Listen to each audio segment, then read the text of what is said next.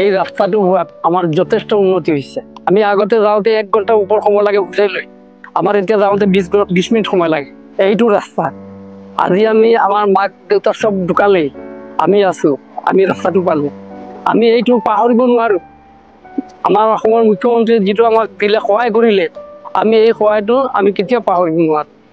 অতিকৈ ভাল লাগিছে। অসমৰ যিটো কাম চলি আছে অতি দ্ৰুতগতিত আৰু অতি নিকাভাৱে কামটো চলি আছে। ইয়াত যিখিনি মেটেৰিয়েলছ ব্যৱহাৰ কৰা হৈছে উপযুক্তখিনি কৰা হৈ আছে। গতিকে আমি অসমৰ দায়িত্বত থকা সকলোক মই ধন্যবাদ জনাইছো।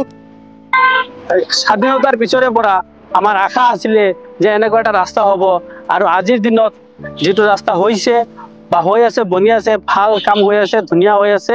তাৰ কাৰণে আমি মাননীয় অসমৰ মুখ্যমন্ত্ৰী শ্ৰী হিমন্ত বিশ্ব শৰ্মা দেৱৰ চিৰকৃতজ্ঞ হৈ থাকিব লাগিব। আগতে বাপ দাদা যিটো দাদাই কৈছে এনেকুৱা বস্তু কৰিছিলে, মানে আপতে বহুত আগতে গাত হ'ব, এতিয়াতো সঁচা হৈ গ'ল।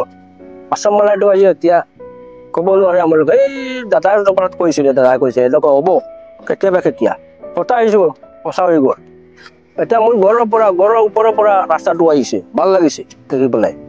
যিটো ৰাস্তা আছাম মালা যিটো হৈছে, আমাৰ হেমন্ত ছাৰে এইটো কৰিছে, যিটো কাম ভাল ধুনীয়া কৰিছে।